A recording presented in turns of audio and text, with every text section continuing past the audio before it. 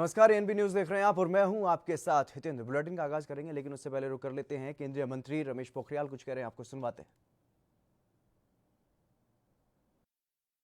निर्णय कि जो छात्र अब जिस जनपद में जहां पर है उसको अपने संबंधित स्कूल को सूचना देनी पड़ेगी कि वो उस जनपद में है और उसको उसी जनपद में परीक्षा देने की अनुमति दी जाए। तो आप अपना जल्दी से जल्दी आप जिस जनपद में हैं अपने स्कूल को बताइए और बताइए कि आप वहीं पर परीक्षा देने वाले हैं, देना चाहते हैं।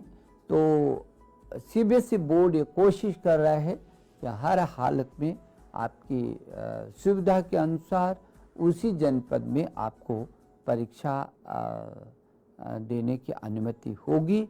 जून के प्रथम सप्ताह में आपको अपने स्कूलों से लगातार संबद्ध करना पड़ेगा ताकि जून के प्रथम सप्ताह में आपको ये पता चल जाएगा कि कौन से आपके जनपद के कौन से स्थान पर आपको परीक्षा देनी है। तो अब आप बहुत चिंतित मत रहिए, ये भी बहुत अच्छा निर्णय आपके पक्ष में हो गया। आप निश्चिंत होकर के पढ़ाई करिए और मैं अभिभावकों से भी कहना चाहता हूँ कि उनको काफ़ी मानसिक दबाव रहा होगा, चिंतित रहे होंगे कि अब जब परीक्षाएं होंगी तो बच्चों को सैकड़ों किलोमीटर हजारों किलोमीटर दूर किस तरीके से वो जाएगा और फिर कैसे करके परीक्षा को देगा।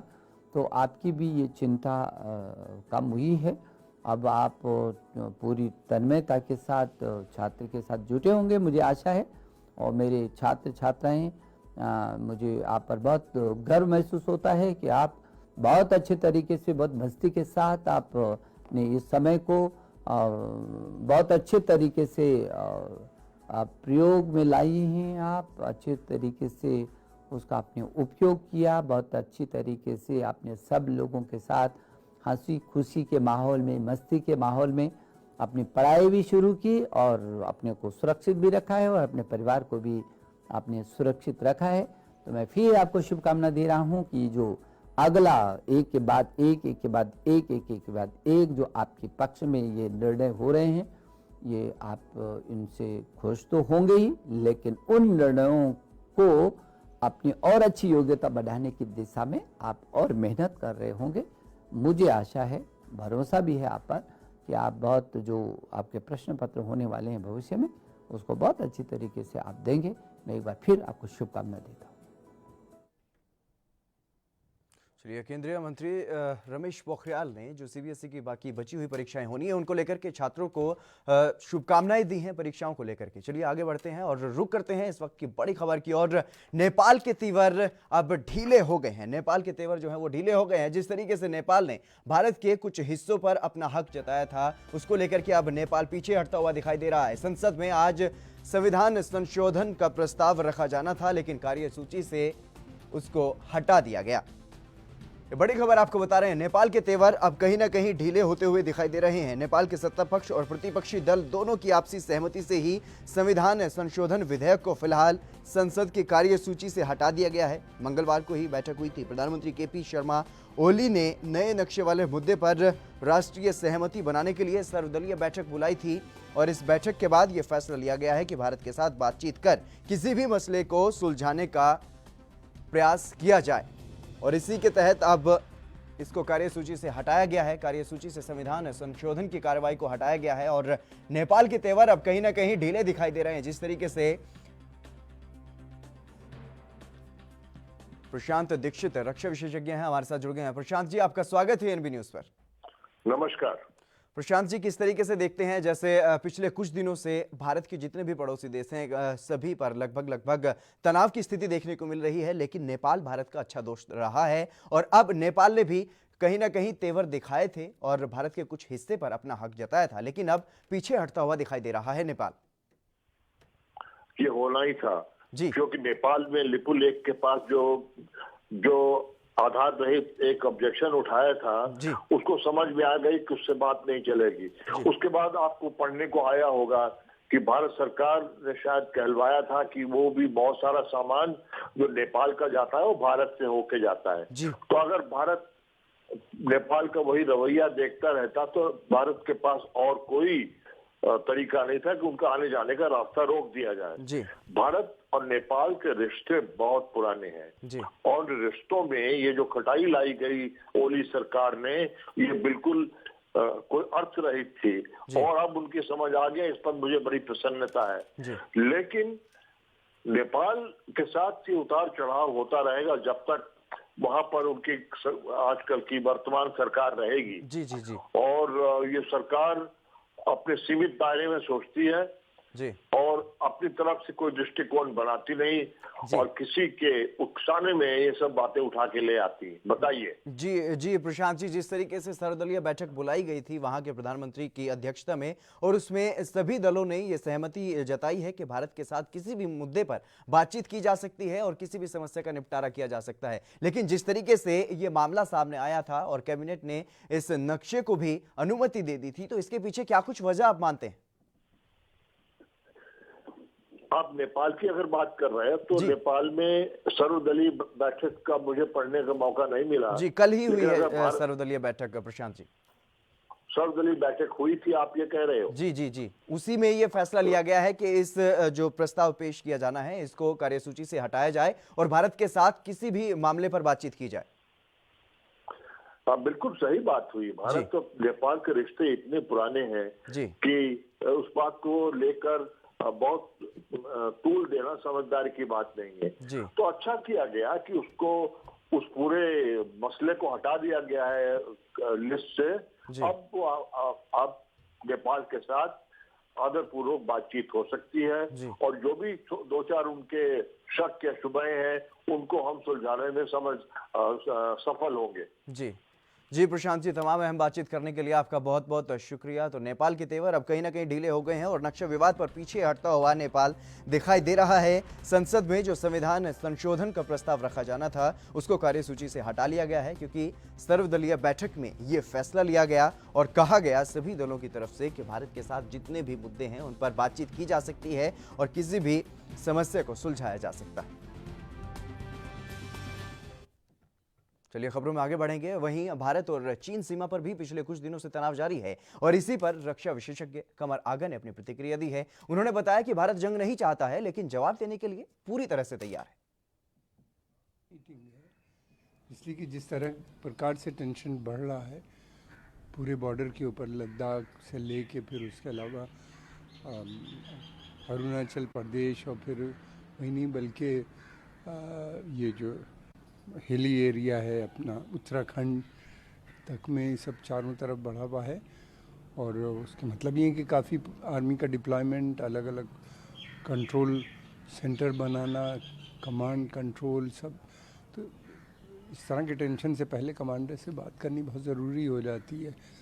इंडिया जंग नहीं चाहता, मैं नहीं ये कह रहा हूँ कि ये जंग के लिए कमांडर की मीटिंग है, लेकिन मगर ये है कि एक पॉस्चरिंग है। उन्होंने चाइना को ये इन्फॉर्म कर दिया कि भारत पूरी तरीके से तैयार है, अगर कोई मिस एडवेंचर होता है तो उसको डील करने के लिए भारत पूरी तरह सक्षम है और तैयार है इस मीटिंग के मतलब।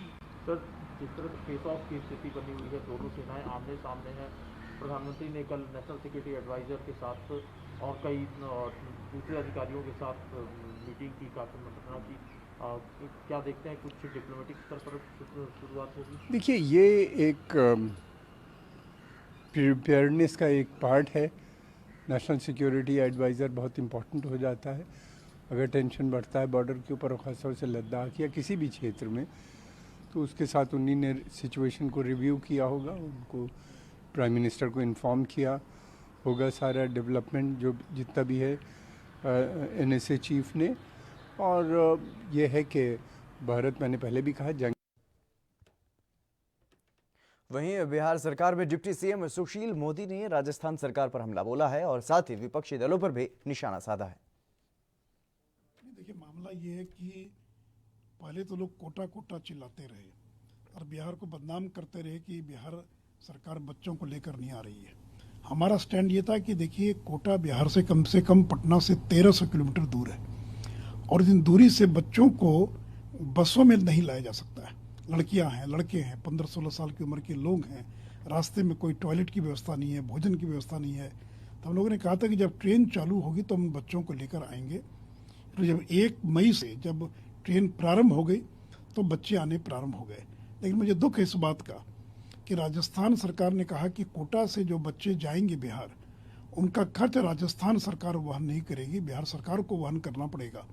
और अंत में बिहार सरकार ने 1 करोड़ रुपया अलग अलग डेट्स के अंदर 17 ट्रेनों के लिए जमा किया और तब कोटा के बच्चे आ सके। और ये देखिए सीनियर डीसीएम जो कोटा रेलवे के जो डीसीएम होते हैं, उन्होंने डीएम कोटा राजस्थान को ये लेटर लिखा है, क्योंकि ये ऑरिजिनेटिंग स्टेट का दायित्व बनता था कि वो पैसा जमा करवाएं।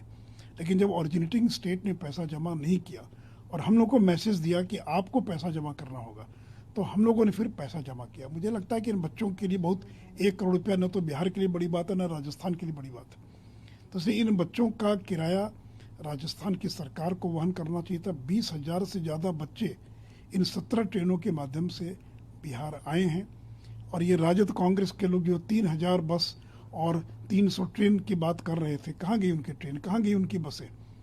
और मैं तो कहूँगा कि राजद कांग्रेस के लोगों का जो पैसा बच गया, तो अगर वो मुख्यमंत्री राहत कोष में 1 करोड़ रुपया जमा कर दें तो कम से कम बिहार जैसे गरीब राज्य को कुछ फायदा तो हो जाएगा।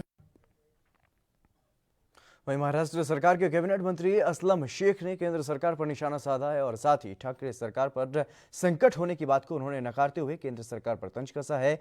इसके अलावा कई मुद्दों पर उन्होंने अपनी प्रतिक्रिया दी है। ऐसा कुछ नहीं है। भारतीय जनता पार्टी ने महाराष्ट्र के बारे में चिंता करना छोड़ना चाहिए। हम तो 3 पार्टी की सरकार है, वो तो केंद्र में 13 पार्टी की सरकार चला रहे हैं। तो जब वो 13 पार्टी की चला सकते हैं तो हम लोग 3 लोग जो हैं वो बहुत अच्छे से मुंबई शहर और महाराष्ट्र को चला रहे हैं। आज इतनी ज़्यादा संख्या में हमारी टेस्टिंग हुई है कि पूरे इस देश के अंदर सबसे ज़्यादा जो हमने टेस्टिंग किया, इतने ज़्यादा हमारे सामने पेशेंट्स है, इतने ज़्यादा का ट्रीटमेंट चालू है। और आपको मैं बताता हूँ कि जो कदम हमने उठाया है, हमने डरा नहीं है कि हमारी संख्या पेशेंट्स की ज़्यादा होगी तो हमारा नाम खराब होगा। हम इस पे काम कर रहे हैं कि ज़्यादा पेशेंट आए और उनका ट्रीटमेंट हो और वो ठीक हो जाए, ताकि महाराष्ट्र और मुंबई जो है फिर से सही चलना चालू हो। पहला तो मैं पीयूष गोयल जी से यही पूछना चाहता हूँ कि 3.5 लाख जो गए थे मुंबई शहर से और महाराष्ट्र से बाकी लाखों की संख्या में, तो बगैर यादी के गए थे क्या? और दूसरी बात, उन्होंने एक साथ इतनी ट्रेनें भेज दी, उनको इतना तो समझना चाहिए कि सोशल डिस्टेंसिंग के बारे में प्रधानमंत्री जी बोल रहे हैं। 1 घंटे में एक प्लेटफॉर्म पे अगर 4 गाड़ियां लगती है, यानी आधे 20-20 मिनट पे गाड़ियां छोड़ेंगे तो सोशल डिस्टेंसिंग रहेगा क्या? उसके बावजूद एक साथ उन्होंने जितनी गाड़ी भेजी थी, सब गाड़ी महाराष्ट्र के हमारे सारे कर्मचारी लोगों ने, हमारे गवर्नमेंट ने पूरा उसका ये करके उन सबको जो है भेजने का काम किया। उसके अलावा आज तक का बताएं पीयूष गोयल जी कि उनके मंत्रालय ने भेजी हुई गाड़ी में एक पैसेंजर। कांग्रेस नेता केसी वेणुगोपाल ने केंद्र सरकार पर निशाना साधा है। उन्होंने कहा कि लॉकडाउन पर सवाल उठाते हुए उन्होंने कहा है कि कांग्रेस कोरोना वायरस महामारी के समय सरकार के साथ है, लेकिन सरकार विपक्ष के साथ बात ही नहीं करना चाहती। Without preparation, you have announced a lockdown. On one side, people are suffering due to that. On the other side, the purpose of the lockdown has been defeated so far. That is evident through statistics which are given by the government of India itself. So, are you planning any kind of packages for this Congress ruling states to help? Therefore, Ravi Shankar, I am telling, Ravi Shankar Prasad is now playing politics in this thing. This is not we are expecting from a union government or union ministry. We, Congress party, has given all support for the government of India for addressing this concern of pandemic, period. But government of India is not ready to cooperate with the opposition parties, not ready to have a dialogue with the opposition parties. When thing is, the people are suffering, as a responsible opposition party, Congress is doing our job to highlight the people's issue to the government. Then government become totally insensitive. They are arrogant. That arrogance is coming out like Ravi. Congress नेता शक्ति सिंह गोहिल ने भी केंद्र की मोदी सरकार पर निशाना साधा है। उन्होंने कहा कि सरकार अपनी मनमानी कर रही है, विपक्ष की बात सरकार नहीं सुन रही। स्वागत करता हूं, क्योंकि हमारे श्रमिक है, वो हमारे विकास की हम बात करते हैं पर नींव बनाने वाले हमारे श्रमिक है। कहीं चमकता कंगूरा दिखता है तो उसमें खून पसीना हमारे श्रमिक का है। जिस तरह से लॉकडाउन हुआ, हम कोरोना के वक्त में सरकार को पूरा समर्थन करते हैं, पर इसका मतलब ये नहीं कि सरकार इतनी मनमानी करे। श्रमिक रोड पे जा रहे हैं, माँ बच्चे जिस तरह से परेशान हो रहे हैं, और अगर इन श्रमिक को घर पहुंचाना है तो 20 लाख करोड़ के पैकेज की बात करते हैं। आधा प्रतिशत भी खर्च कर देते, सब श्रमिक अपने घर पहुंच जाते, वो नहीं करते हैं। हमारे पास 12,617 ट्रेन हमारे देश के पास है। हर दिन 2 करोड़ 40 लाख लोगों को हम इधर से उधर पहुंचा सकते थे। अगर 24 तारीख को जब लॉकडाउन डिक्लेयर हुआ मार्च में, 3 दिन पहले कहते, तब किसी गरीब तबके में कहीं कोरोना गया नहीं था कि भाई जो जाना चाहते हम 65 दिन तक ये बंद रखेंगे, आपका काम नहीं चलेगा। और हम ट्रेन दे रहे हैं, श्रमिक अपने परिवार जहाँ है वहाँ चले जाते। टोटल श्रमिक 12 करोड़ है देश में, उसमें से जो परिवार के साथ नहीं रहते थे, जो वापस जाना चाहते थे, वैसे 4-5 करोड़ थे। सारी ट्रेन चलाते हम, 2 दिन में श्रमिक अपने घर पहुंचते, ना उनको कोरोना हुआ होता, ना कहीं कोई प्रॉब्लम आती। पर एक जैसे मोहम्मद तुगलक ने किया था, उसी तरह तुगलकी डिसीजन करते रहो और लोग मरते रहे, तब ना इस देश का कोई भी इंसान जिसमें थोड़ा सा भी दिल है वो चुप नहीं। दिल्ली में लगातार गर्मी बढ़ रही है और कोरोना का कहर भी लॉकडाउन में जारी है। और लॉकडाउन में भले ही सरकार ने थोड़ी छूट दे दी हो, लेकिन लोग घरों से बाहर नहीं निकल रहे हैं। कोरोना का डर और भयंकर गर्मी के कारण लोग घरों में ही दुबके हुए हैं। हालांकि इस भयंकर गर्मी और कोरोना संकट में भी कैब और ऑटो चालक सड़कों पर सवारियों का इंतजार कर रहे हैं और दिन भर इंतजार कर वापस अपने घर चले जाते हैं। कुछ लोग जरूर अपने घरों से बाहर निकलते हैं, लेकिन इनके लिए इतना काफी नहीं है। चालकों ने बताया कि उन्हें अपने परिवार को पालने का डर सता रहा है। जिस तरह से लोग घरों से बाहर नहीं निकल रहे हैं, उससे तो किस्त दे पाना भी मुश्किल है और घर का खर्च कैसे चलेगा, इस बारे में अभी तक कुछ पता नहीं है। मेरा नाम मोहम्मद अयूब है। मैं 35 साल से ऑटो ड्राइविंग कर रहा हूँ। 35 साल की लाइफ में मेरी ज़िंदगी में ये पहला अच्छा चांस हुआ है जो घर के लिए खर्चा भी नहीं निकाल पा रहे हैं हम लोग। अब ये थोड़ा लॉकडाउन खोला है केजरीवाल जी ने, लेकिन उससे भी कोई फ़ायदा नहीं है। एक सवारी अलाउड की है और मार्केटें भी नहीं खुल रही हैं, ना मेट्रो चल रही है, तो कोई लोग आ भी नहीं रहे, ना मार्केटों में आ पा रहे हैं। ऊपर से गर्मी इतनी बेतहाशा पड़ रही है, कोई लोग भी घर से नहीं निकल रहे हैं। तो इसलिए हम लोगों का तो काम करना भी बेकार ही है, रोड पे आना भी बेकार ही लग रहा है। आते हैं फिर भी दिल नहीं मानता, घर में बैठे बैठे हाथ पैर जाम हो गए हैं। बूढ़े आदमी हैं, 60 साल के ऊपर की उम्र है, घर में बैठ भी नहीं सकते। थोड़ा सा हाथ पैर चलाने के लिए निकले आते हैं घर से और अपना बैठ के घंटा 2-2 घंटा 3-3 घंटा शाम को 4-5 बजे खाली चले जाते हैं। जो 150 रुपये मिलते हैं बाल बच्चों चाय पानी का खर्चा, वही लेकर घर चले जाते हैं। तो गर्मी सर बहुत पड़ रही है, ऊपर से काम दाम नहीं है बिल्कुल भी। गाड़ी की किस्तें 13,000 30 की हैं, 200 250 150 ऐसे काम करके जाते हैं। इससे बच्चे पालना भारी पड़ रहा है हमारे लिए। तो गर्मी जो इतनी हो रही है उससे कैसे जूझ रहे हो, कैसे जूझ रहे हो? क्या करें, मजबूरी है। कहीं छाया मिलता है तो बैठ जाते हैं, नहीं कहीं ऐसा भी है धूप में भी बैठना पड़ता है। इंतजार करते हैं सवारी की घंटों, कोई मिलता है तो मिल जाता है, नहीं मिलता है तो घूम फिर के गैस भी फूंक देते हैं। कितना दिन में अभी कितना कमा ले रहे हो? अभी वही 190 का कल चक्कर मारा था और अभी आज 150 रुपये का है और शाम तक जो बन जाएगा। 7 बजे फिर लॉकडाउन शुरू है। इससे पहले जो कमा लेते मैडम। काम का तो बहुत बुरा हाल है। दिल्ली में गर्मी की क्या कुछ स्थिति है, इस पर अधिक जानकारी देने के लिए हमारे संवाददाता राजीव तिवारी हमारे साथ जुड़ गए हैं। राजीव जी, क्या कुछ स्थिति देखने को मिल रही है दिल्ली में? जी बिल्कुल बता दें, जिस तरीके से एक तरफ कोरोना का कहर है तो दूसरी तरफ गर्मी का कहर भी बढ़ता चला जा रहा है। कहीं ना कहीं ये जरूर दिल्ली के अंदर की स्थिति की बात करें, लगभग 46 डिग्री के आसपास चल रहा है। तो कहीं ना कहीं ये जरूर है दिल्ली के अंदर टेम्परेचर है, या कह सकते हैं लू के जो थपड़े लगे रहे हैं लोगों को, तो वो कहीं ना कहीं दिक्कत दे रहे हैं, क्योंकि लोग बाग वैसे ही घरों से बाहर नहीं निकल रहे हैं। अब गर्मी का जो कहर पड़ रहा है तो कहीं ना कहीं उसकी वजह से भी लोग बाग घरों में ही दुबकने के लिए मजबूर हो चुके हैं। तो कहीं ना कहीं ये जरूर है, जिस तरीके से गर्मी का कहर बढ़ रहा है तो तो कहीं ना कहीं दिक्कतें जनता को ही आ रही है, क्योंकि वैसे ही उन लोगों के पास काम धंधा नहीं था। वैसे सरकार ने लॉकडाउन की तरह अंदर कहीं राहत देने की कोशिश करी तो थोड़ा बहुत काम करने के लिए वो निकलते, मगर अब जब गर्मी का कहर हो रहा है तो गर्मी की वजह से और वो घरों में के अंदर दुबकने के लिए मजबूर हो चुके हैं। जी राजीव, तमाम जानकारी देने के लिए आपका बहुत बहुत शुक्रिया। तो कोरोना का कहर जहां पर जारी है तो वहीं अब गर्मी का भी सितम बढ़ता हुआ दिखाई दे रहा है।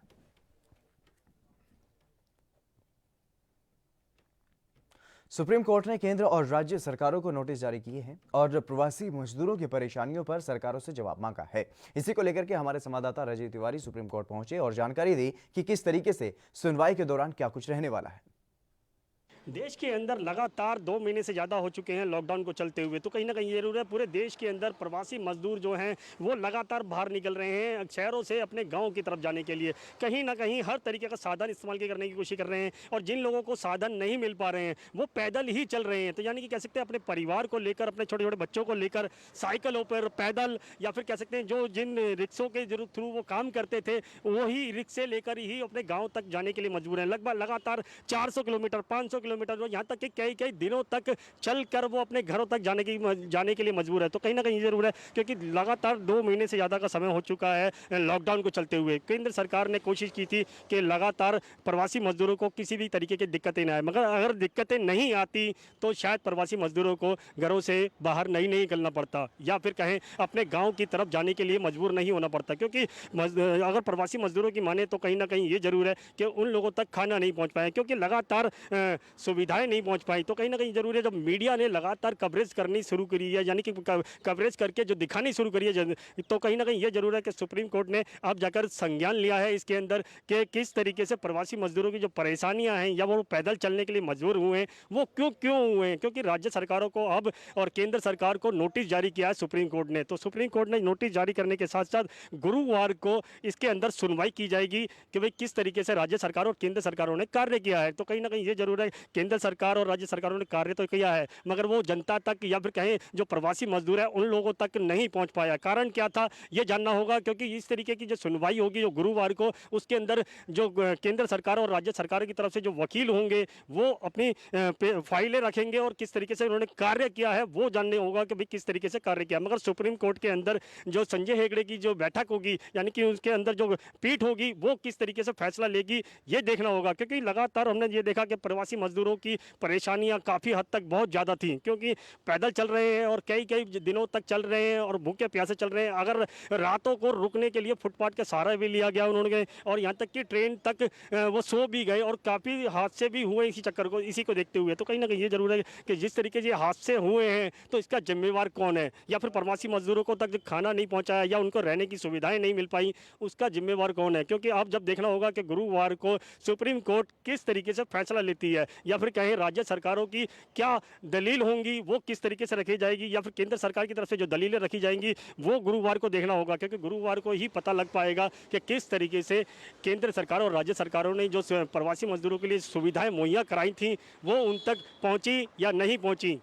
देखना होगा कि गुरुवार को क्या फैसला होगा सुप्रीम कोर्ट का। कैमरा पर्सन अजय चौहान के साथ राजीव कुमार तिवारी, एएनबी न्यूज़, दिल्ली। मजदूरों का देश में बुरा ही हाल है और इसीलिए एक मजदूर जो इन सब परिस्थितियों से गुजर रहा है उसकी भावनाओं को शब्दों में पिरोने की कोशिश की है एएनबी न्यूज़ ने। आपको सुनवाते हैं। मैं मजदूर हूं।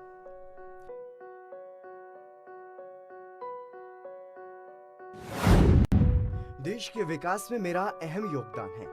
वो मैं ही हूं जो मिट्टी से ईंट बनाता है और एक ईंट से देश का निर्माण करता है। वो मैं ही हूं जो देश के अलग अलग हिस्सों में अपना पेट भरने के लिए हर तरह का सितम सहता हूं। जो चुनाव आते हैं, किसी भी नेता के साथ भीड़ चलती है ना, वो भी मैं ही हूं। जिसके नाम पर राजनीतिक दल अपनी रोटियां सेकते हैं, वो भी मैं ही हूं और आज भी मैं ही परेशान हूं। देश की आजादी से पहले का इतिहास तो याद ही मत करो, लेकिन आजादी के बाद से आज तक जो परेशान हो रहा है वो हूं मैं। मेरी हालत दयनीय बनी हुई है। सबसे पहले कोरोना का आक्रमण, उसके बाद लॉकडाउन और कर्फ्यू, फिर आई पैसे की तंगी और भूख। मैंने अपने पैतृक गांव जाने की ठानी तो साधन नहीं मिले तो जगह जगह पुलिस की मार। मेरी सुने कौन, मेरी पीड़ा समझे कौन। चलिए लॉकडाउन के दिन निकलते चले गए। लॉकडाउन का पहला, दूसरा और फिर तीसरा चरण पार हुआ।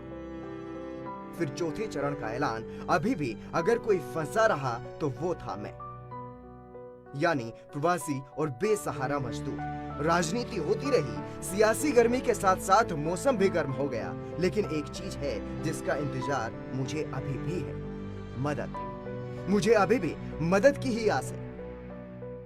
मैं अभी भी सड़कों पर ही एक एक कदम बढ़ रहा हूं अपने घर की ओर। हालांकि केंद्र सरकार और राज्य सरकारें तमाम दावे कर रही हैं मेरी मदद करने की, लेकिन मुझसे कोई तो पूछो, क्या मुझे मदद मिली? क्या सच में इतने इंतजाम हैं कि मेरे यानी मजदूर वर्ग के सभी लोगों को मदद मिल भी पाए? या क्या सरकार को इतना भी मालूम है कि कितने लोग अभी भी अलग अलग जगहों पर फंसे हैं? शायद नहीं। इसीलिए बद इंतजामी के नित नए नए उदाहरण देखने को मिल रहे हैं।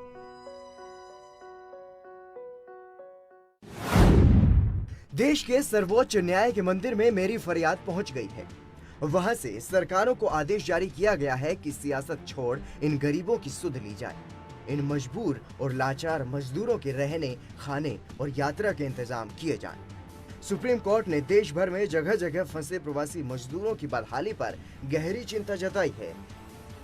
केंद्र समेत सभी राज्यों और केंद्र शासित प्रदेशों को नोटिस जारी किया गया है। इस पर गुरुवार तक जवाब देने का आदेश दिया गया है। सुप्रीम कोर्ट ने सभी सरकारों को नसीहत दी है। कहा गया है कि देश की सड़कों पर पैदल चल रहे मजदूरों को मदद की जरूरत है। केंद्र सरकार और राज्य सरकारों के इंतजाम नाकाफी है, जिसके लिए केंद्र सरकार और सभी राज्यों की सरकारों को जवाब देना होगा। अब इस मामले में 28 मई को सुनवाई होनी है। सभी सरकारें अपना पक्ष रखेंगी, लेकिन एक बात बिल्कुल शीशे की तरह साफ दिखाई दे रही है कि सरकारों के इंतजाम नाकाफी हैं। तभी तो ये वो मजदूर जिनका योगदान देश के विकास में सबसे अधिक होता है, आज सबसे ज्यादा परेशान है। खून के आंसू रोने को मजबूर है। तिल तिल कर मर रहा है देश को बनाने वाला मजदूर। और इनके लिए अगर कुछ हो रहा है तो वो सिर्फ राजनीति। सभी सियासी दल हिमायती बन रहे हैं और मजदूरों की मदद हो रही है ना के बराबर। मजबूर और परेशान भारतीय मजदूर। चलिए फिलहाल इस बुलेटिन में बस इतना ही। आप बने रहिए एएनबी न्यूज के साथ।